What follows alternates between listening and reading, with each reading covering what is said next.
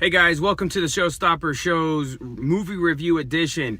Just walked out of Star Wars Rogue One, and I gotta tell you guys, that was a great movie. I'll be honest with you, the big thing I get out of that movie, and again, this is spoiler free, just so you know, but the big thing I get out of that's just the emotional impact of that film. When you kind of already know, based on watching A New Hope, kind of what happens, but you just don't know exactly what's going to happen, how it's going to happen.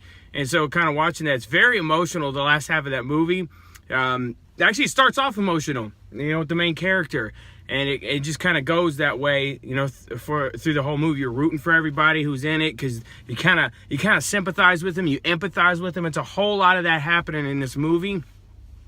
And guys, I go to IMDb and I rate movies there, and I see right now it was about an 8.3 when I went to rate it after I watched it, added to my watch list. But I rate that movie a 10, guys, a 10 out of 10 stars on IMDb. That was, oh man, it had every emotional part of it that you could expect, and then it had some characters again from the original series, the original trilogy, plus even the prequel trilogy as well. And I love all the Star Wars movies. The thing about this one, this will be a quick spoiler for you, so if you don't want to hear any more, stop. And it's not related to any character, it's just related to something in the movie. It's actually that there's no crawl at the beginning of this movie, which is rare because that usually happens in Star Wars movies. So that's something that was new.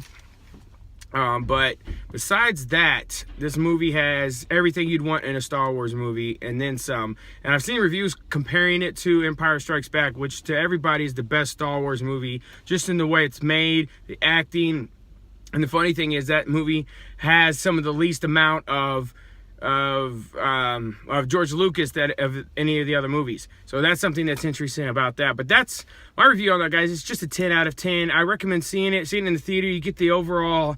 The visuals on it are amazing. Okay, the way I remember in the original movies how they would show them get on their ship, but then they wouldn't show them again in the ship until they were in outer space because they just didn't have the technology to kind of have them go from the planet up in outer space, and how they have that now, and even in the prequels. And then they added a lot of that when George Lucas did his revisions to these movies. But I got to tell you, this is awesome when it shows them go from the ship. They get in the ship and they go that way. The humor in it's really good. It's got a lot of good humor in this movie. It makes you laugh, and sometimes you almost feel bad for laughing because of everything else that's going on and what is involved with them getting the Death Star plans. And that's basically the whole thing in the movie, is getting that. And if you remember, Mon Mothma says in Star Wars A New Hope, a lot of people died to get those plans. So I think that's crazy. You know what's crazy after watching that, and how much they had to put into it, and to make the Death Star, how when you go watch Return of the Jedi, how they make another one, I'm like, wow, it was all that craziness to get this one. How are you going to do it with that one?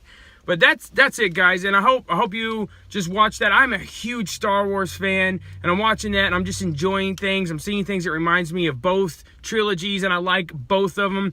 The Force Awakens, really, I didn't see a whole lot from The Force Awakens, but there's shots in the movie that remind you of A New Hope and the original trilogy. There's characters in it. You'll see there's just a couple times I'm like, that reminds me of that. This reminds me. Oh, that's basically that's an homage to this or that, and that's very cool. And as a Star Wars fan, that's kind of the coolest part about that, is to see that. But the thing is, you don't want to rest on that. It's cool to throw in a character or two from something from your past, but you can't just sit there and rest on that. You want to see a good story. You want to see something happen, and this does that. And again, I just feel emotional after coming out of that, guys. It kind of tears at you a little bit in more ways than one. And I'm not saying it's happy, sad, or whatever. I'm just telling you, emotional. Be prepared for that, guys. It will have you riveted to the end.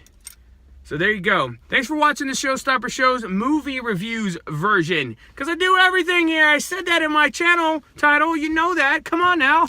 So thanks for watching the Showstopper Shows. May the Force be with you on this one.